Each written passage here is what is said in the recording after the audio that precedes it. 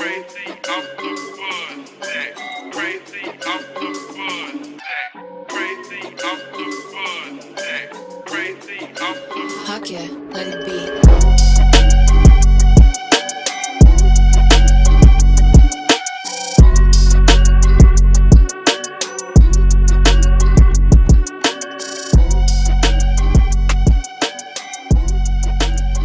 Welcome, everybody. Welcome. I am Gabahay, and today with us is a very special guest, probably I would say, the most knowledgeable of the goofs in wrestling in terms of just world renowned experience. I'm sorry, it is Jersey Boy. How's the Buffalo Mozzarella? It's going good. I'm feeling honored. I got gassed up pretty hard there. I guess I gave you a nice little shine. You came in hot, kind of bumped around for you like Kurt Hennig, right? Yeah, no, I was working the dark circuit for a little bit. I made my goof troop debut here, so hopefully I can keep getting booked. Yeah, definitely. So this episode is basically going to be about our American Nightmare, our one Mr. Cody Rhodes, and I think the main thing I want to discuss is sort of because people are trying to always read him, and I'm always trying to read Cody too, because I noticed a couple of things. I'm gonna bring these things up while we're going, but notice a lot of things that he's doing is just he's very disarming, and he's much more of a Carny than but in a good way. Like, he's much more of a Carny than we think. Like, there's just a lot of him. Or what is your point of view on that? I kind of have a similar view, but I think it's just like Cody's a lot smarter than a lot of people give him credit for. That he is very much a Carny, but he's going to do what is going to serve him best. And this current move over to WWE is probably what's to do best, because he kind of did get forced out of AEW. Okay, but now you probably have, like I said, you probably have more experience with Cody than I, because I didn't. Once he left WWE, I think I just saw one thing. I don't even know where he did this, where he did, like, somebody chanted Stardust at him. He did the cartwheel and did the middle fingers. Was that our ROH, or was that some just like Rev Pro or those type of things? From what I remember, I think it was one of those like British independents. It might have even been like a WCPW thing. So okay, so did he jump to our Ring of Honor from WWE, or did he go to Japan? I think it was ROH first, and then like he got brought in a bit later with the Elite to New Japan. And that was because the Young Bucks were doing the ROH, right? So it was sort of that connection, I guess. I'm assuming. Yeah. So like the Young Bucks were doing ROH, and obviously Kenny was bringing in the Young Bucks. Actually, because no, it wasn't Kenny. I think it was because they were friends with Okada, actually. Oh, okay, all right. Yeah. Okay. Okay. So now this was the take that I saw on Cody from the independents, and you could tell me. I'm not saying if you agree with it or not, but was this the take or the consensus among sort of the internet or the wrestling fans on the internet, so to speak, that he was a 3-star general and that Meltzer was overrating him? Meltzer overrating him. I mean, from what I remember, I think Cody was all right. Like, I remember he had an okay US title run, and he was also, I think he had like kind of a pretty underwhelming match against Kenny Omega when Kenny was new champ. But yeah, no, like, I mean, there were memorable things he did. Like, he had that series with Kurt Angle. He became NWA champ. I think he held ROH title. Let me double check this real quick. I'm not entirely sure.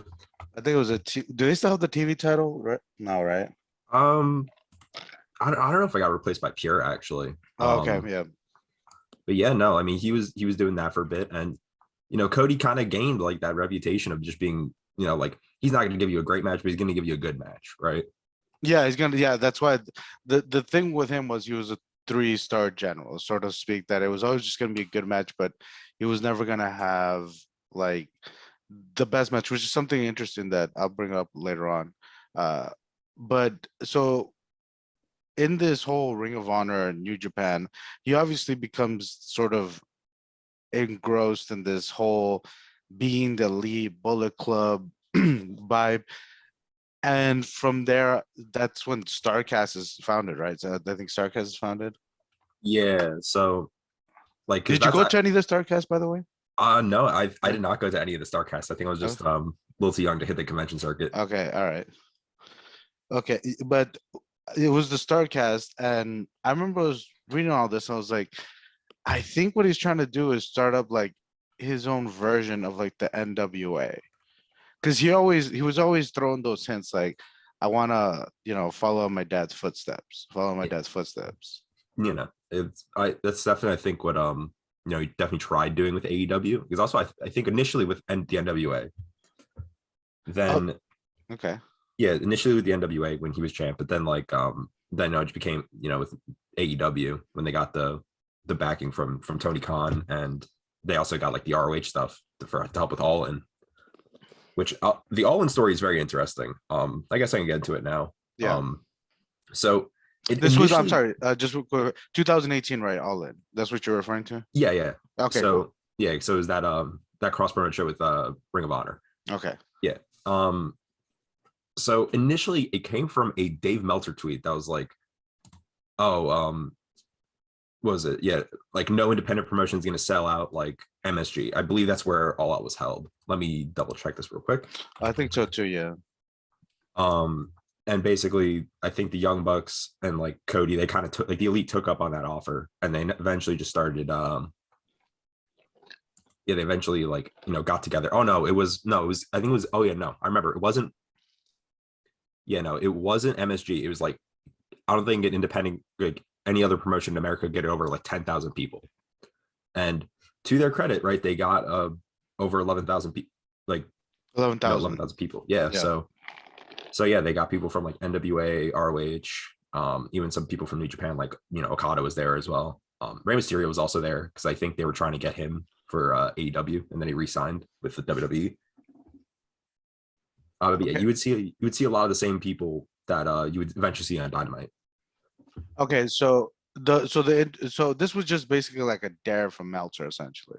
Yeah, like Well, it, well, who knows if they're working, right? You never know if they're working or not, but I can assume that Meltzer was just kind of being just his own self-indulgent self about it, and I guess Cody, the Bucks, and Omega, and all that crew just kind of took it as a challenge to do this. yeah, like with Cody, I don't know if he's like necessarily super sincere with Meltzer, like the way the Bucks and Kenny are. Yeah. Um, yeah, no, See, but I was sorry. no, because I was gonna say that's well, we can get into this point now. We'll come back to this, and we'll come back to this in a moment. Hmm. I don't know if you noticed his interview. I started noticing his interviews recently for a while, and I've noticing this for a bit.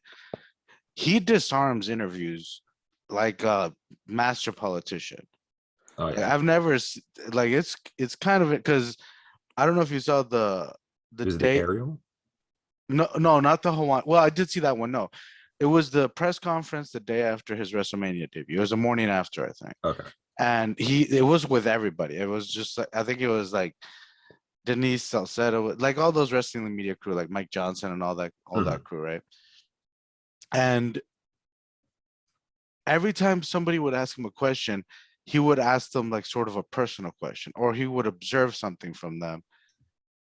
And then they would and then once they would try to go back to the question, he would kind of disarm the question. It would just kind of be like, oh well, yeah, that question, it wasn't as a loaded question anymore. And I remember this because Bleacher Report was there, and they were gonna ask, they went to them and they were gonna ask him a question, and Cody's immediate reaction was, oh, Bleacher Report, oh, you guys, oh, guys, yo, you guys are good. You guys, like he gave him that, and it was just kind of like, whoa, like why do you do that?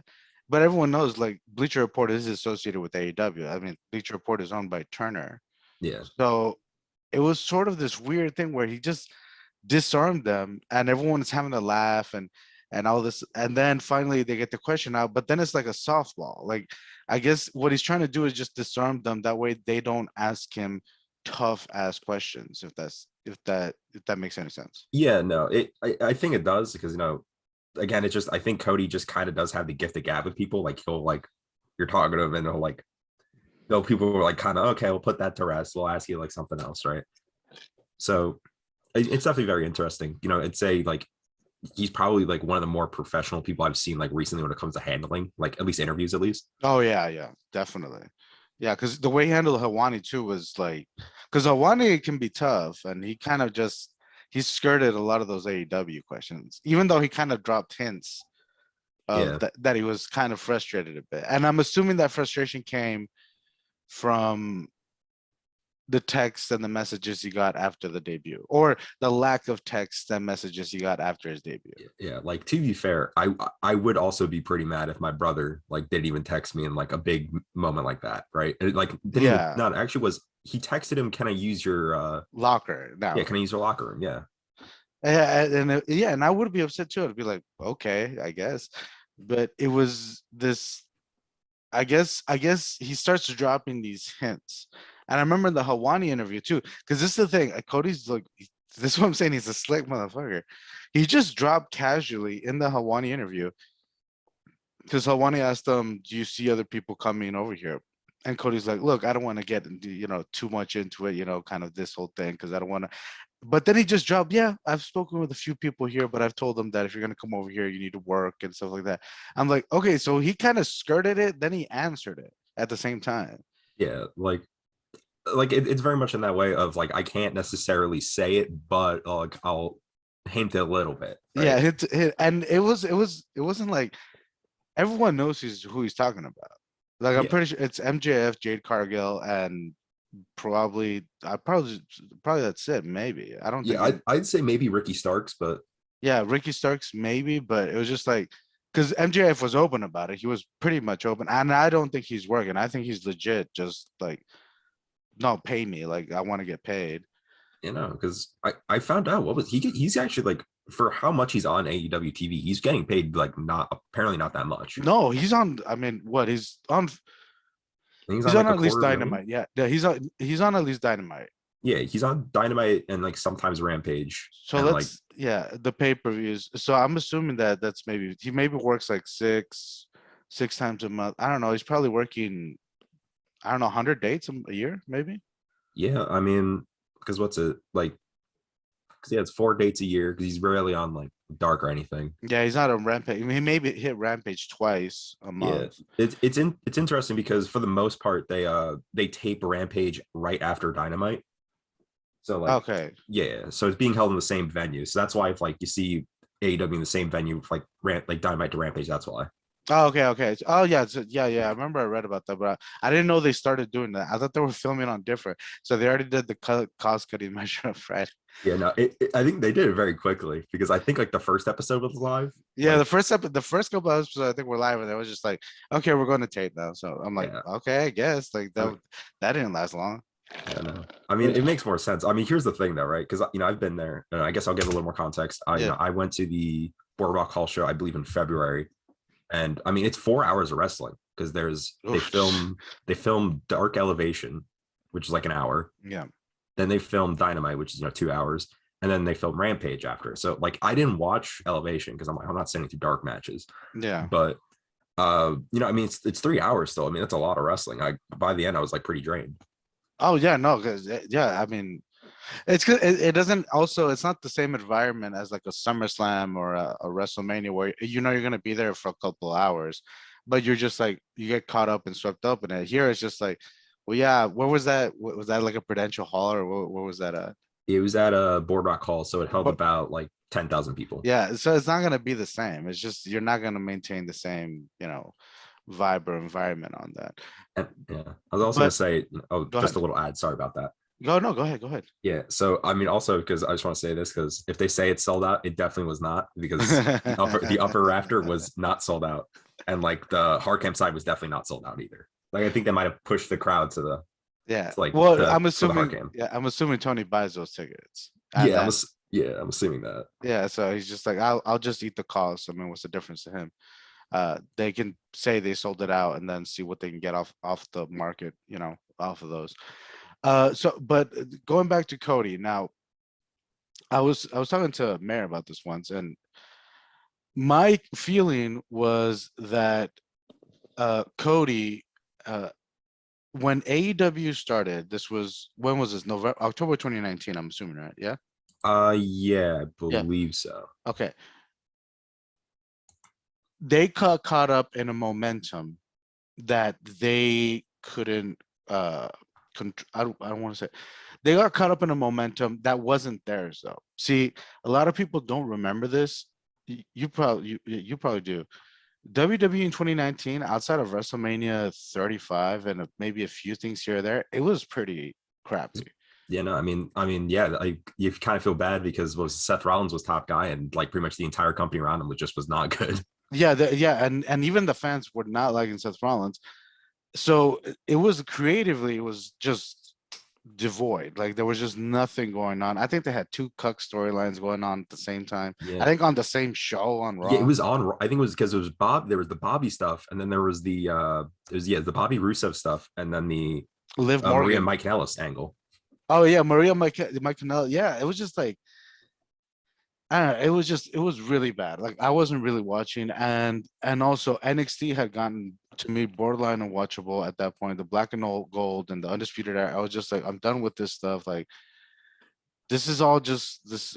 What is this? Like I'm not happy with this product. So I just drifted off. I just stopped watching.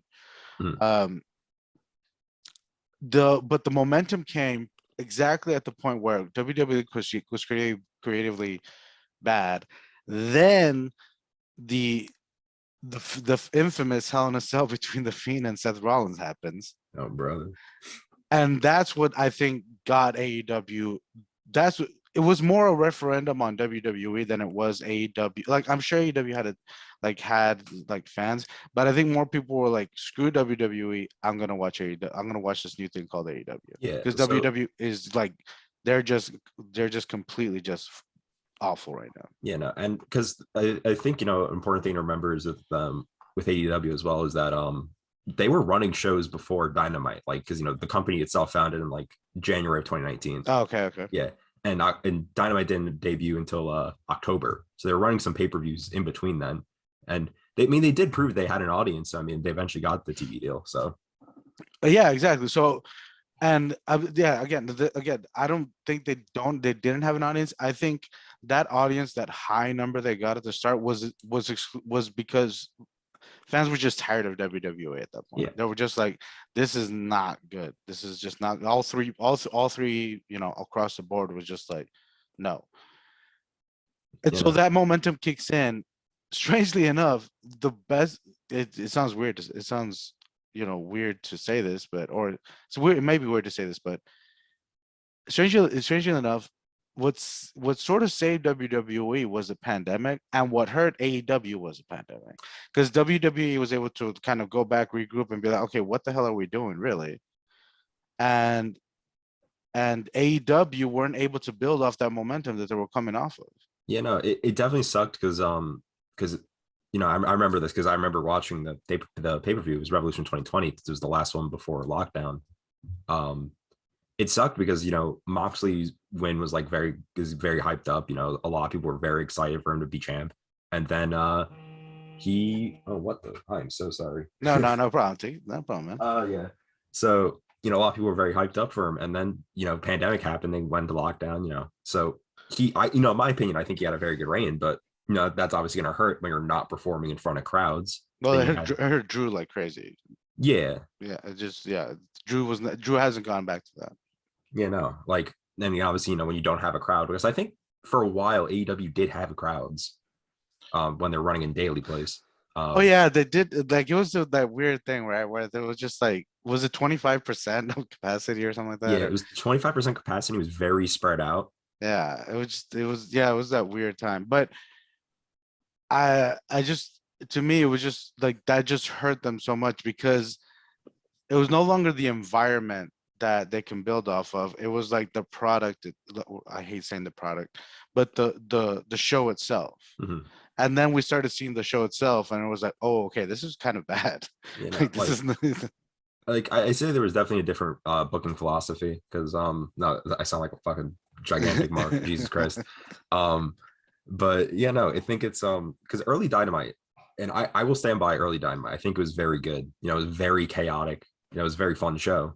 And then like when the pandemic, they started to slow down a little bit, and then you had like some wrap it around with Cody. Cody was bringing in guys from the indies, like working with dates with them. Like, he brought in Warhorse, like one of the stupid meme wrestlers.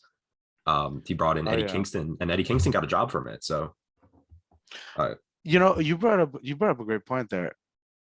Cody, I mean, it was obvious, it was a chaotic, and it was just kind of like this chaos and everything involved with it. And then I think the pandemic slowed it down, but that's kind of where I want to get at.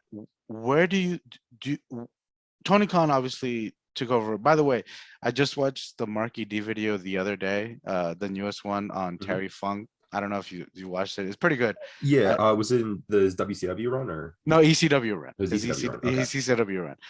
And you realize that, oh my God, it's absolutely like Terry Funk's entertaining, but I now know where Vince Russo got all of his ideas. I completely forgot about the run-ins, the like ECW was run-in central, everything about it. So I was like, oh, okay, now I know why they say Vince Russo just copied ECW, because he did. That's all. That's what You he know, really did. But going back to to the the AEW, where do you think? Because it was obviously Cody that was running it, so to speak. mhm. Where do you think the switch happened afterwards? Like the schism, I guess. Yeah. I think it actually was when Cody like they founded the TNT title. Because it kind of because Cody already had like a storyline that flopped in the Nightmare Factory. Um, that was horrible. Like, that was actually one of the few storylines they just straight dropped because it was so bad. Um, but Oh, Cody, come on. yeah, so they were like, because this kind of ties into something earlier where Cody, it was booked that Cody could never challenge for the AEW title. Oh yeah. So they were like, okay, I guess Cody in his mind wanted to create something that was like 90s level IC title in the TNT title. And I think, he did a pretty decent job at it. He definitely made that title feel very important. But, it's like, once you start noticing it, the show feels very segmented, right? So there's the rest of the elite, and then there's the Cody segments on the show, right? Oh yeah. They never cross paths. So that's where you feel the schism happened. It was sort of like Cody was separating himself from the elite storylines. Yeah, like, and because I said it plenty of times, but I'll say it on the podcast here. It's like, with Cody, you could tell he kind of wanted to be like JCP, like with modernized, right? Oh yeah, definitely, yeah. Yeah, but with the Bucks and Kenny, they want to do like PWG with a budget. So okay, yeah, that makes sense. Yes. Yeah, no. So I mean, like, you can just tell like even like the booking, because Cody's very old school. Like, with a lot of his segments, very, very old school. Oh Like, yeah, that's why I think they were so they were so hit or miss, because the fans were just kind of like those fans were used to they weren't used to JCP. No matter how much they say they want old school wrestling, they don't like old school wrestling. They really don't. At least I don't think so. Like, they don't like JCP or yeah. But you can tell they were, like PWG was their thing. Yeah, no, because I mean, obviously, Excalibur, owns PWG. And, Okay, yeah, and that's where like the Young Bucks came up from. And I think Kenny did some stuff through there, but Kenny was mostly in Japan for the most part. Okay. But yeah, no, it's definitely pretty interesting. Like, how the show has turned out now. I'm not gonna say it's good, but Well, I'll get to that in a few. So, Cody, TNT title, all these storylines. Do you think the Anthony Ogogo storyline was what actually caused like the full splinter between Tony, the lead, and Cody? I mean, maybe, like, I mean, obviously, the segment Because was I do, received pretty bad, yeah, I do think it was that one. I do Yeah. think the lead and Tony were like, "What's this America shit? Like, what do you think you are, Hulk Hogan?" Yeah, like, because yeah. I was gonna say, sorry. No, yeah, no, because I was just gonna say, because this is just like, because to them that's like hokey shit. Like, that's just like, Yeah. what the hell is this? And Cody, look, there's that famous picture. What's that picture where he's walking with all these Bullet Club? Brandy's next to him. And Yeah, he's rocking the Homelander outfit. Yeah. No. He's walking. Brandy's next to him, and he has a bunch of Bullet Club fans around him. Okay. Yeah. It looks like he's going to a rally or something. It's Yeah. like a weird, it's like a weird ass picture, right? So, and Cody is, I don't think he's ever made it public he wants to be a politician, but he obviously has like this obviously has opinions on things, right? Yeah. I think that the Hulk Hogan, like to Kenny and the Bucks, they're kind of like, oh fuck this hokey ass Hulk Hogan shit. Tony is like, well, do I side with Cody, who brought me to the dance, or do I sign with the quote unquote cool guys who are not Kenny and the Young Bucks? Yeah, no. And I think it was at Ogo's time. I could be wrong, but I think that's when sort of the full schism happened. Yeah, I'd say that it was definitely the straw that broke the camel's back. Like because you can, I mean, obviously it's reality TV. I was one of the poor sods that sat through Road to the Top. Um, because I was like wanting to see the antics, and from what it looked like, Tony Khan was very pissed off at the weigh-in section because it did not go Oh, down very well. okay. But yeah, I think that's where I think also, I guess just talk about schism and everything. It's I think where the fans really turned on him where it was the Brody feud. Oh, okay. You're going back 2020. Okay, so was that 2019? When was that? It was 2020. I think it was So- All Out 2020. That Oh, that's disaster of a fucking show. oh yeah, yeah. People don't realize this, but everyone talks about AEW has had some pretty shitty pay-per-views. Oh my Like, god. And it happened right after I'd say like one of their best pay-per-views. So it's like, yeah, they're really hit or miss with their pay-per-views. Like I guess the last one, that was the first one that I can remember that people were just like, okay. yeah. But the last couple ones, they were like either, obviously this with the AEW, it's like the fans really love it, but other people were just like, what is this? Like, what are we doing here, right? Yeah, like I guess just a little opinion Mm. on Revolution 2022. It was good. I think like a lot of the matches just went way too long. Yeah. By the end, I just didn't give a shit. Yeah, Like, that's the problem. Yeah, that's the problem. It's just like I'm like, I mean, because I watched a little bit of it and I was just like, look, I'm not watching CM Punk and MJF in a goddamn 30-minute dog strap match. Like, I'm not watching that. Like a dog strap match, I think should be at least 7 minutes, at the most 7 minutes, I because mean, it's supposed to be like pure physicality. I don't need to watch it for like 30 minutes. mhm. At least that's my opinion. So Yeah, no, I kind of checked out there. I'd say the match probably could have gone like 10, 15 minutes. Like, Yeah. because you want to get the angle where Warlord turns in. Like, I'd probably extend it a little more. But yeah, like that, I think it definitely went a little too long. Because then, like, right after it was one of the more hyped up matches on the show, which was Moxie versus Danielson, and it was good. Like, I liked it, but I was like, man, if this happened earlier, I would have liked it more.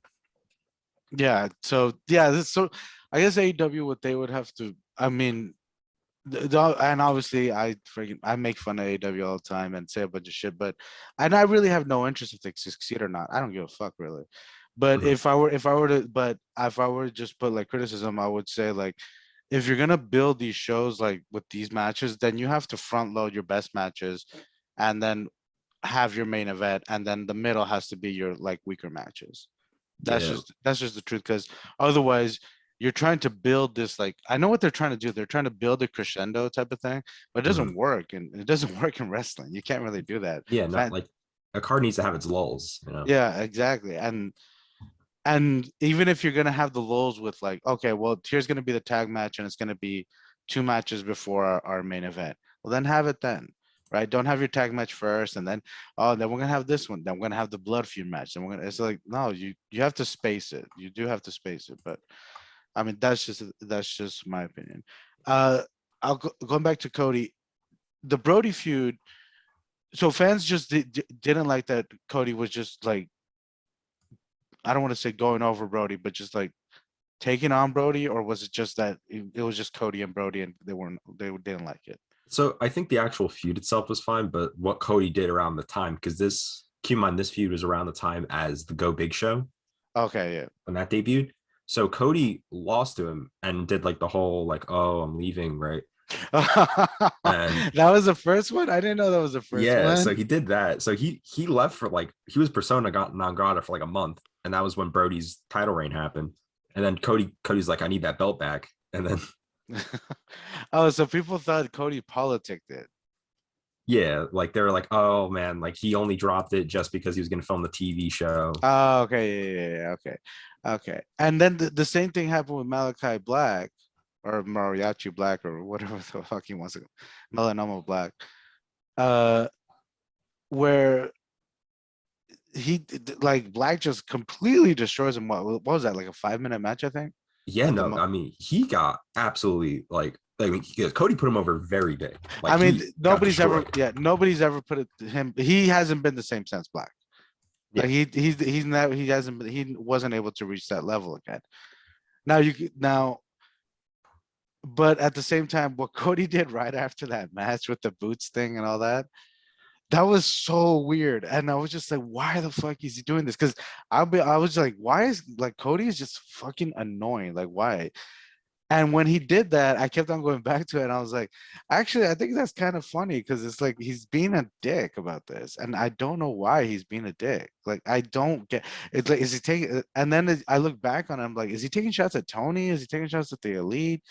Or is he just being like, is he that delusional to think that this is like, I'm going to work everyone into thinking I'm going to retire?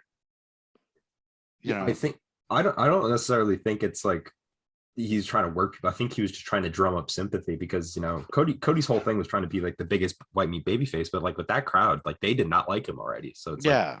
Well, move like no, that. they booed the shit out of that segment. I remember Yeah. they just booed the shit out of that segment.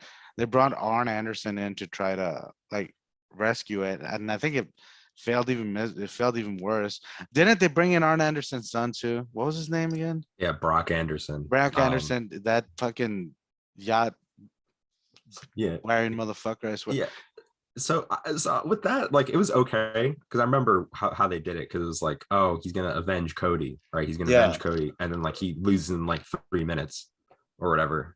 Like he loses very quickly to Black, like he gets destroyed. Oh, oh, yeah, exactly. And then I mean, he came back. He lost to Black again, didn't he? Yeah, he lost to Black again. And then he Like, got the last one. He got the last one. he had to get his win back.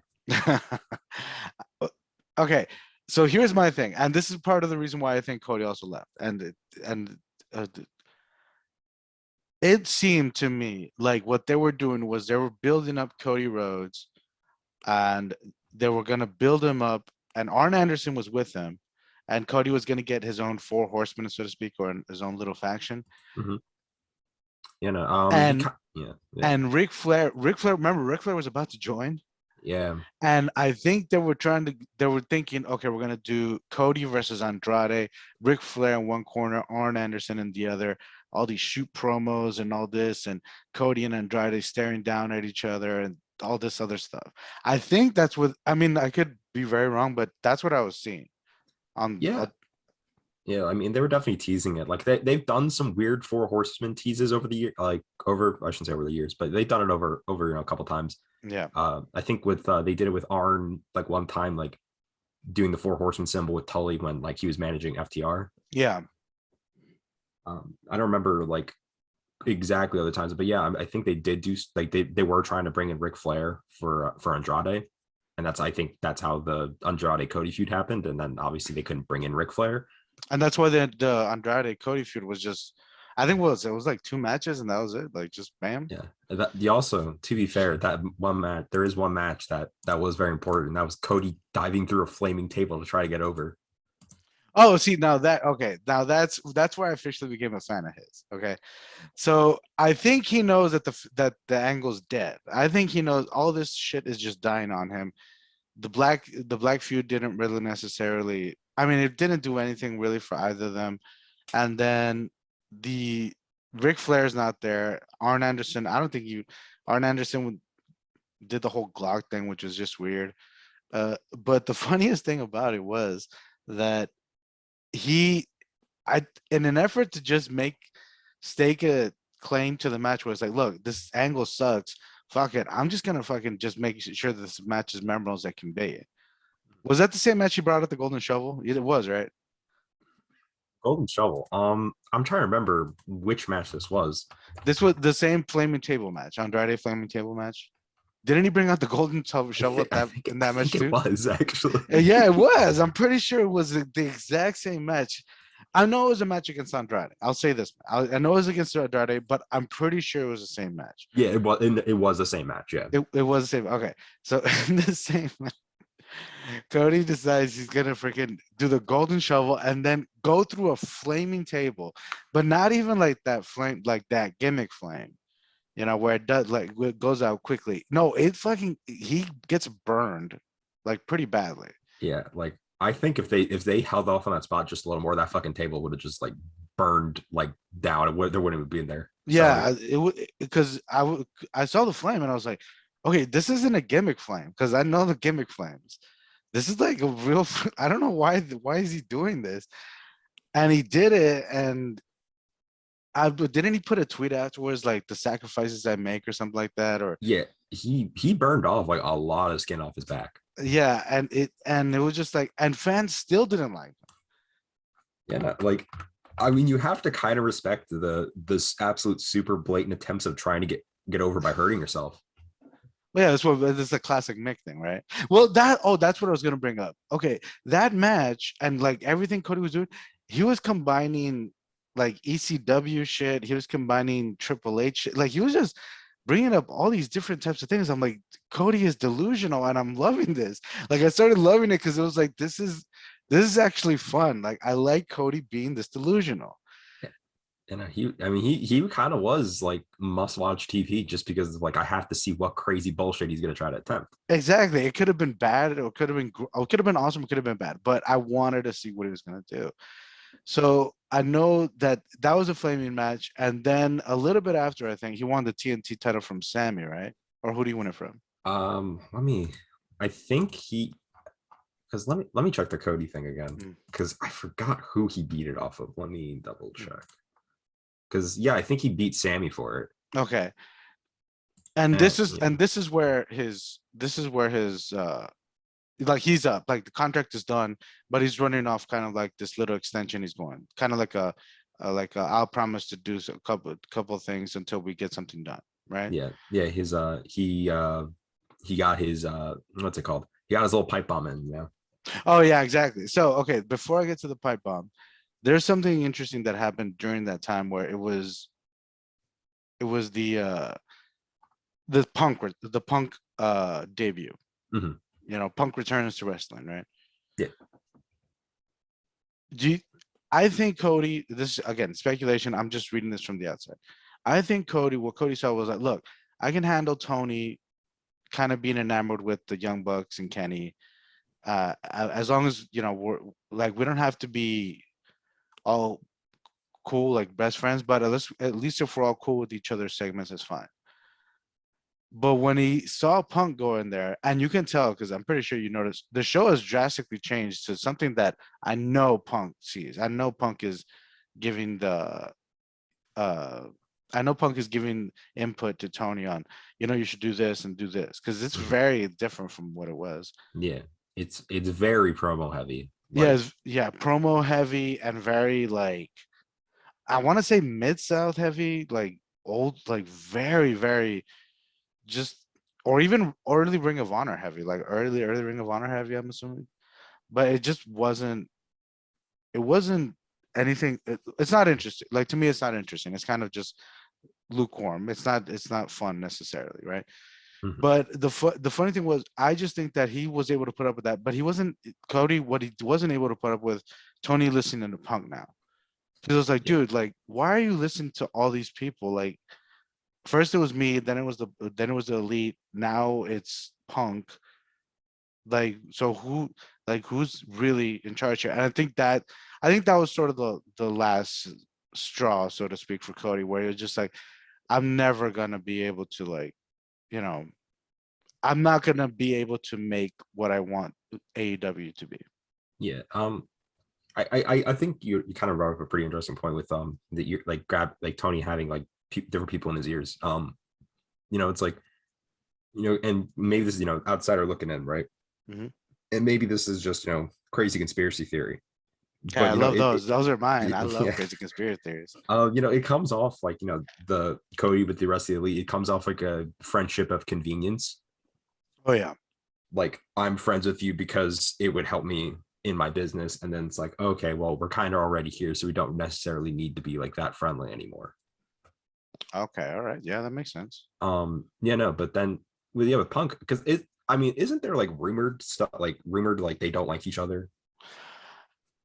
The rumors are that they don't like each other. Now, the streets are saying that. We call it the streets now, right? Yeah, the streets saying they don't like each The other. streets are saying they don't like each other. This and the reason that I think they they don't like each other is because it's just a personality conflict. Cody is a very, I mean, you could almost describe him as sort of the, I guess, what would you say, a modern, I don't want to say a modern in terms of politician, but sort of the like modern guy, suits, whiskey, like because I think he has like high-end whiskey. He likes to drink high-end whiskey, and he does like these suits. He's kind of like You he's know, like the very, cigar thing. Yeah. yeah, the So cigar thing, America, and like he likes to do that. And Punk is just completely anti that, right? yeah, you know, yeah. I mean, even just from the rest of the elite in general, is that like Cody is very like not more professional. Like Yes. he is not going to lash out at people very hard. Like he's not going to do things like that. He is very much the brand, but also getting himself over. Like because he's very much like the modernized Carny. Oh, right. There you, oh, that's perfect. Yeah, the modernized Carney. All right, that's perfect. I might use that as a title. That's very good. I like that. Getting myself over, man. Yeah, It's there you crazy. go. There you go. Bam. Yeah. I think that's what it was. I think the personality conflict between the two. I think also he was just like when and I'm assuming that the contract offer from Tony, I'm sure, look, Tony could have offered him the 3 mil or whatever it was that he wanted. I'm pretty Mhm. sure it was 3 million, right? I believe so. Yeah. 3 to 5 million. He could have offered them that. Why didn't he offer him that? Or why didn't he even pick up the option? Because he picked up the option for the other guys, right? He picked up the option for Jericho and I think some other people. Yeah. Why didn't he pick up the option for Cody? And the only thing I can think of in my head is that somebody got to Tony that Cody doesn't bring that any value to the show. Yeah. So I would say it's definitely not Meltzer because Meltzer is a very big fan of Of Cody. Cody, yeah, he's a huge fan of Cody, yeah. So it has to be one of the other guys in the elite. I would say maybe I don't think it would be Kenny because Kenny's kind of off doing his things. Maybe it's the Bucks, honestly. Maybe it's the Bucks or Punk. Yeah. I think Punk's the other one where he's just like, we can do much better without him. Because Punk all of a sudden has gotten a lot of TV time. I don't know if you noticed, he's gotten a lot of TV Yeah. time. He's on TV every single week, Yeah, stinking it up. yeah, exactly. So it's not necessarily like this great, it's not like, and what happened? The Cody segment was gone. I remember the AEW, the whole, and again, ratings are just sort of subject to whatever. I don't really care, but it's a metric we can kind of use. But the ratings, like people, the week after Cody left, people thought it was a work, so they were tuning in to see. They saw Cody wasn't there anymore, Hmm. and that audience has not come back. And it was kind of like, well, I don't want to say, oh my god, it was like hundreds of thousands. I don't think that, but I think there was an interest from the audience in the Cody Yeah. segments. So I actually remember I had a little conspiracy theory about that. I thought it was Cody doing a work where he was going to pretend to retire and then challenge for AEW World Title, like work around that little clause. Oh yeah, oh yeah. Uh, And that would, again, that would totally make sense in the context of everything. But Cody didn't retire. Like it was just eventually when I saw that it was not, it was Hawani. I like Sean Ross Sapp and all of them. I don't care about. When I saw that it was Hawani and David Shoemaker reporting it, I was like, okay, this is legit because they're plugged into WWE. yeah, like So yeah, because and they're not gonna joke around with something like that. Because I mean, Nick Khan has a relationship with Hawani. I mean, Nick Khan was Hawani's agent, and Shoemaker's, again, I don't want to say they're in bed with WWE. I'm not saying that. What I'm saying is the Ringer is, they're kind of partnered with WWE with the mhm, Ringer wrestling show and all that. So I knew it was legit when I heard it from them. yeah, So I must, so, and that's where we're kind of getting to sort of the end of Cody and AEW, the pipe bomb. That was one of the funniest. one of the best things that Oh I've my, ever seen. yeah, It's rambling but poignant and just crazy, just thoughts from Cody. And I was like, is Cody really? What is he saying? Like, I don't like. I know what he's saying, but why is he saying all these things? yeah. I mean, it's definitely feels like someone being very frustrated now. It could be Cody being an absolute masterclass promo where Oh he yeah, just yeah, works the exactly. fans. But you know, even as a gigantic Cody mark, I don't think that's happening. I think he's venting a lot of legitimate concerns and then wrapping it with like the Sammy feud, right? Oh Which yeah, yeah. it's a little interesting. I guess I'll bring it up. I'll expand on it later, but Mm. it definitely feels like AEW is kind of replacing the Cody bits with Sammy now.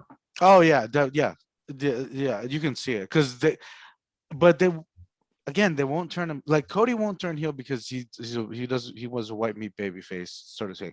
But Sammy not turning heel is like, dude, turn him heel. Like, and like, here's the thing, right? Off topic, Sammy Guevara is just too punchable to be a babyface. Yeah, exactly. Like his hair is stupid and he has a punchable face and like he and he's also a dickbag. He proposed to his girlfriend in the ring. Everybody knew what it was. He was trying to offset the whole rape comments that he made on Sasha Banks because that they were getting some validity as it goes. Then he does the then he's like to me, like I've always said, look, I'm not the one. Hey, I've cheated. So I'm not one to speak on some morality type of thing. I cheated. I've been cheated on. It's something that happens in life. Anybody who's on some moral crusade about that, you've never been in a relationship, obviously. That it Yeah, happens. Yeah, yeah, it sucks, but whatever, right? yeah, it sucks, but whatever. I don't really care about him cheating. Like that makes no difference to me. But they are a hateable couple in general, though. Yeah, That's the thing. They're like Daniel Bryan and Brie Bella. They're a likable couple. Like I've watched them on Total Divas. They're a likable couple. I like to watch them. Ty and Sammy, they're not a likable couple. yeah. I think they think it also makes it a little more complicated because Ty's still married. Oh yeah, I forgot. Well, didn't she say she wasn't married and now she? I don't know. It was like Yeah, this no, weird. so she's saying she wasn't married, but I think her I think husband was there saying was she wedding. was. I don't Yeah, know. yeah. I think Yeah, there's wedding pics on this. yeah, Like it was kind of like, come on. But overall, that ladder match, by the way, was like fabulous, and that was Cody. That wasn't yeah. Sammy. Like I Like don't.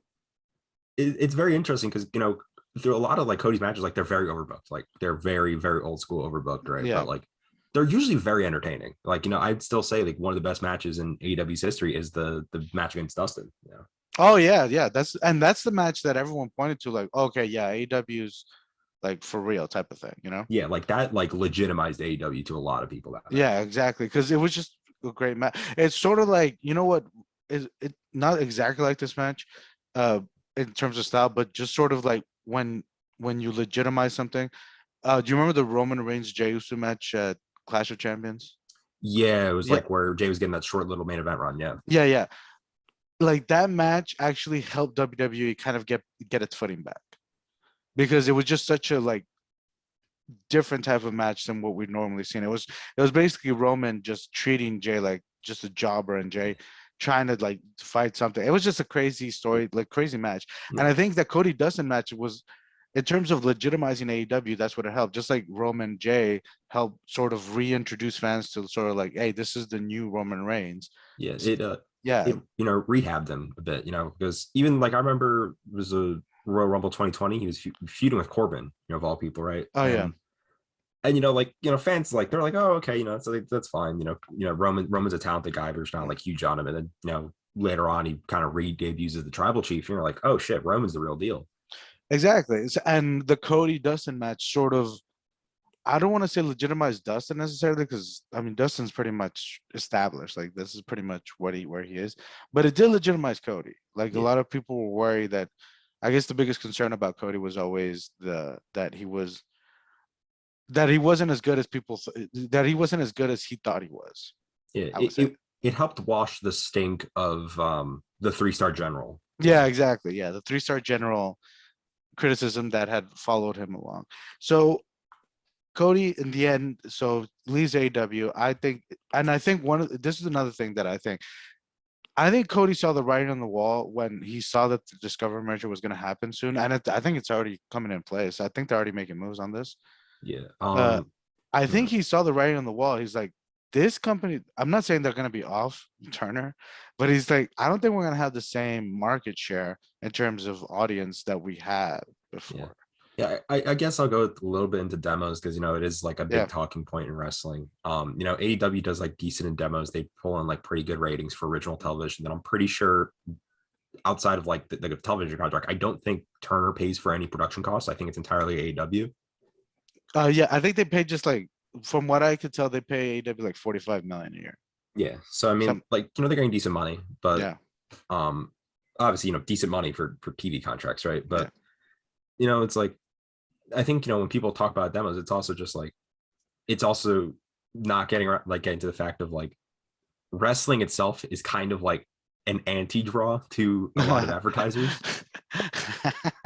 Like there are not a lot of advertisers that want to put their stamp of approval on wrestling, and even back in the prime, that was the case as well. Like because Well, I wrestling has mean, always been seen as like low class garbage. Attitude Era, people were like, "Oh yeah, Attitude Era." I mean, how many episodes? They were getting 100 collect and like Pimp Lex type of things.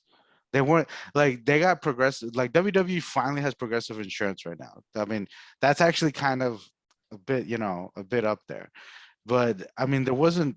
Yeah, you're right. The advertisers weren't looking at WWE. Actually, I've heard stories that like Nick Khan is definitely trying to change that like completely. He's trying to get like new advertisers in. He's trying to do all this stuff, which is cool. Like, I mean, to me, it's like, hey, if it's more money for WWE and for them to keep on having the performance that they have, go at it, right? Yeah. But AEW, I mean, they obviously don't. They don't care about that advertisers because they had that stupid Nick Gage pizza cutter spot right with the picture-in-picture of Domino's Pizza, Yeah. That's and listen, all like, right. Listen, man, like even as someone that has, I'm like ambivalent to death matches, right? yeah. It's more of like you don't do that on live television. No, don't. And look, if you're gonna do it on live television, don't do it with the stupid picture-in-picture of Domino's Pizza right there. Like that's not like look, Domino's. Do you know what that is? That's free money. Like those guys, Domino's, Wendy's, all those, they're always gonna advertise on your thing. Like always, always, right? But whatever. Like that's Tony Khan's thing. Tony Khan, I don't want to count your pockets. Whatever you want to do, whatever. Yeah, You I want to th- I think it's also very funny because it initially wasn't that big of a deal until AEW fans were ha ha he he about it, do. Oh yeah. and they were like, oh shit, and then it's like, oh man, it's WWE. They've Well, they no. called Well, to Domino's. yeah. Vixen Span created that one, and you should hear Stoger's impression of Vixen Span calling Domino's, calling Domino's, or calling no, telling Domino's that it was Vince McMahon, something like that. I don't know. It's a great impression. But overall, I think he saw that, and I think he's just kind of like, you know what? If if I'm gonna go to WWE, then I'm gonna go to. If I'm gonna go now, then now's the time. Like I can't go. Like I don't know how much more my value can get in AEW. I don't know how much higher it can get. I'm Mhm. assuming he's probably like on some type of $3 to $5 million a year with the merch thing, and like it's been said that his contract is pretty Yeah, extensive. yeah, Like no, that, like because from what we gathered, it's like one of those like probably a bit higher than a Rollins, but not as high as like a Roman contract. yeah. Oh And yeah, yeah, definitely no. yeah, And what we mean by that, everybody is like their downside guarantee. Like Cody's downside guarantee is probably like I don't know 4 million. yeah, But what he makes in like if he makes in merch and all that stuff and whatever else he's gonna make and bonuses and all that, he could probably make not just the 4 million, it's 4 million plus. So mhm, he can probably clear like 7 or 8 million, which is why like somebody like MJF is looking at that like, okay, you can sign like Tony, you can sign me for 3 million, but if I get a downside guarantee of 3 million plus all my other incentives with WWE, why wouldn't I just do that? yeah. Um, now that I'm thinking about it's a very very off topic, but like, and it kind of goes back to what I was saying earlier with Cody. It is kind of a running joke, but like Cody did put over a lot of people that you do just see on Dynamite now, like Darby, MJF. Didn't he Yeah, Jungle Boy too? yeah, Jungle Boy. Then there's like the match with again with Eddie Kingston. Yeah. Eddie Kingston got a job from that match. So I mean, that's kind of a thing where like Cody did kind of legitimately help a lot of people, whereas a lot of the other league didn't really do that. And you know what? That's fair. I mean, he did. I mean, even if he beat them and we made fun of it and everything, he did legitimize them. He did give them sort of like this new, I guess what you would say, I guess this role in the company where this is their role. Now, I don't know how great that role is, but at least it's a role, right? At least Like, they're not on dark. yeah, like it. You know, they're getting TV time every week, and like with a guy like Kingston, it's like he is kind of at this point, one of the most over baby faces in the entire roster. Yeah. MJF, he's one of the most over heels. Darby's very over as well, but I mean, obviously, I think he had a little less to do with Darby because Darby was over, but like that was like I'd probably say like the best like big pick that happened was because with Darby was like they're putting like okay, they recognize this guy's money, right? We're gonna put him on TV like all the time. Oh, yeah. I think that's fair, and I think like eventually you have to wrestle somebody to prove that you can go bell to bell. I mean Bruce Pritchard says that it's like that damn bell has to ring, and you have to prove you can go. Otherwise, nobody's gonna come and watch you. I mean, otherwise, like Tom McGee and Mike Knox and Gene Snitsky and all these other guys, they would have had jobs for life. It was just based on one thing, but they couldn't go, right? So that's just sort of the truth about it. Last couple things on Cody. Mhm. Do you see him winning Money in the Bank or winning Royal Rumble? Because I Money in like the way they're pushing him. It's very obvious that they're gonna put that title on him. Yeah, it feels like he's gonna be the guy to beat Roman. Okay. At least to me, right? Okay. All right. So would you say it's a Money in the Bank type of thing, or is it a Royal Rumble type of thing? With Money in the Bank, like okay, there's two kind of ways you go about it, right? Because I feel like WWE hasn't really done this in a while, so I'm just gonna say they're probably if they have him win Money in the Bank, he's gonna cash it in and beat Roman, and then have a Roman feud, right? Mm-hmm. Or there's with Royal Rumble, you set the match up for Mania with Cody, right? And then you have like whatever matches in between. But I think a third option, which would be really cool, is if he does win Money in the Bank, you do that RVD thing where he's like, okay, I'm going to challenge you at this day. Make sure you get ready. Okay. All right. Yeah, that makes sense. I think it would be really good because Cody's obviously the big valiant babyface, and Money in the Bank is kind of a heel gimmick. Oh, this was my thing with Mayor last time when I talked to him about it. I was like, look, I don't know, but I know Money in the Bank is a big revenue type of thing, but I'm just kind of tired of the gimmick.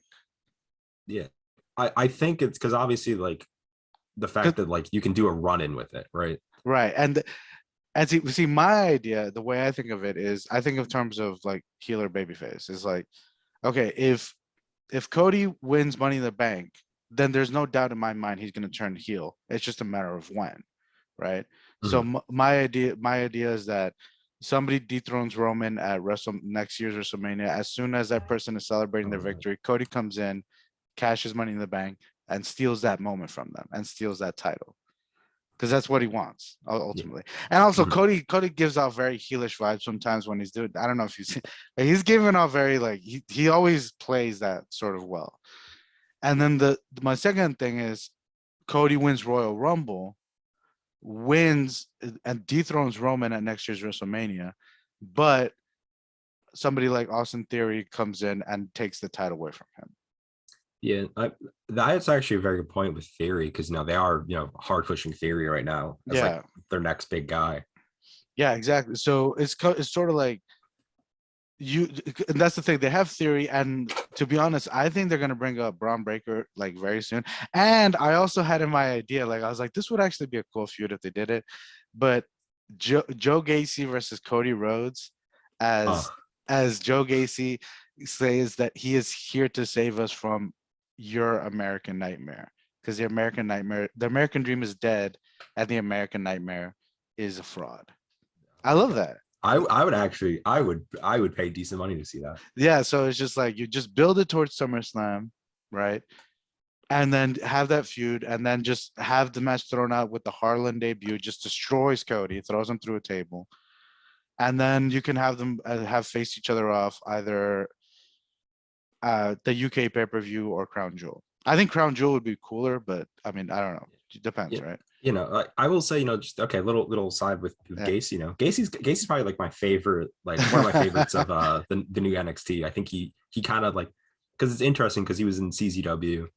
Oh and yeah, then he was like a hardcore wrestler. yeah, he was a deathmatch wrestler, and he did the jump to WWE. He's kind of bland work rate guy, whatever. And then he reinvented himself for 2.0, and he's genuinely pretty good. Yeah, he's genuinely like I really like him. He was in that breakout tournament last year, and I was just like, oh, okay, he looks like Kevin Owens. But ever like for a while, he's been doing this gimmick, and it's been pretty good, and I really enjoyed it. But I think with this Braun Breaker feud, I don't think it's gonna. I think Gacy's like he's ready for the main roster at this point. I don't think there's really nothing more he can do. Like because here's the thing, like giving him a run like with the title, it's like okay, that's fine, whatever. But like I don't necessarily think it helps or like helps him much at all. No, exactly. But a feud with Cody. Now that would actually galvanize, and he can go in the ring. Like Gacy's pretty legit in the ring, and Cody's over right now. So exactly. So give him, because I don't want to see like here's the God honest truth. I don't want to see Cody versus Goldberg. Okay. Oh, no, I don't want to see Cody versus I don't know, I don't want to see Cody versus Priest or something. Like I want to see Cody in fresh matchups, because you know what? At the end of the day, he can say he didn't like the gatekeeper thing. I did like seeing him in fresh matchups. I did like seeing that. I think it's like, I remember, I think you talked about it with Stogers, right? And it's that WWE for a very long time now has been kind of stale. It's the same people wrestling the same people, right? And they're a little too over reliant on bringing the part timers. Now, obviously, they do it because it brings them money. Like they wouldn't do it if it wasn't. But it's like only like you can see Goldberg so many times, because Brock has kind of reinvented himself, right? But Goldberg's still Goldberg. He does his job very well. Goldberg's great at that, right? Yeah. But at the end of the day, it's just Goldberg. Right. And it's like, do I want to see Goldberg versus Cody, or do I want to see Goldberg versus Joe Gacy? Now, I could be talking like an internet fan, but at the same time, I'll say Goldberg, like Joe Gacy versus Cody, interests me a lot more, because there's much more promo ability. There's much more things that they can do with that type of feud than Goldberg versus Cody, whereas Goldberg, you're next, and Cody's like, my father did this, type of thing. It's kind of like that thing. And last thing before we go, do you think, this is a big one, this is a conspiracy theory, do you think Cody will actually have a big time executive role with WWE? I don't know about that. I think with Cody, I think it would be like a big agent role, or like something backstage, like the Michael Hay spot. Yeah, like he'd be in that kind of spot, but I don't necessarily think it just entirely, obviously, I don't know the inner workings of WWE. So it entirely depends on if they like him enough for that, right? Oh yeah, definitely. But hopefully, I love Cody. He's obviously going to be around for a while. I think he's going to be here for the next couple of years. So I'm excited for it. I know you are too. You were a Cody fan long before I was. I was spreading that Cody propaganda for a long time. Yeah, exactly. So I feel the same way. I was doing the Roman Reigns propaganda since 2000. Everyone was turning on him. I've been Roman Reigns ride or die since 2012. So I know you're feeling too. And then when everyone starts getting on there, but you know what? It's cool to have everybody on the bandwagon now. I know you love people getting on the Cody bandwagon now. I'm hoping this is just a terrific. So far, it's been great. And let's just hope it just continues to get better. But I want to thank everybody for listening today. Thank you, Mr. Jersey Boy, for listening today. New Jersey has the best pizza in all of America. Shout that out. And we'll talk to you soon. Take care.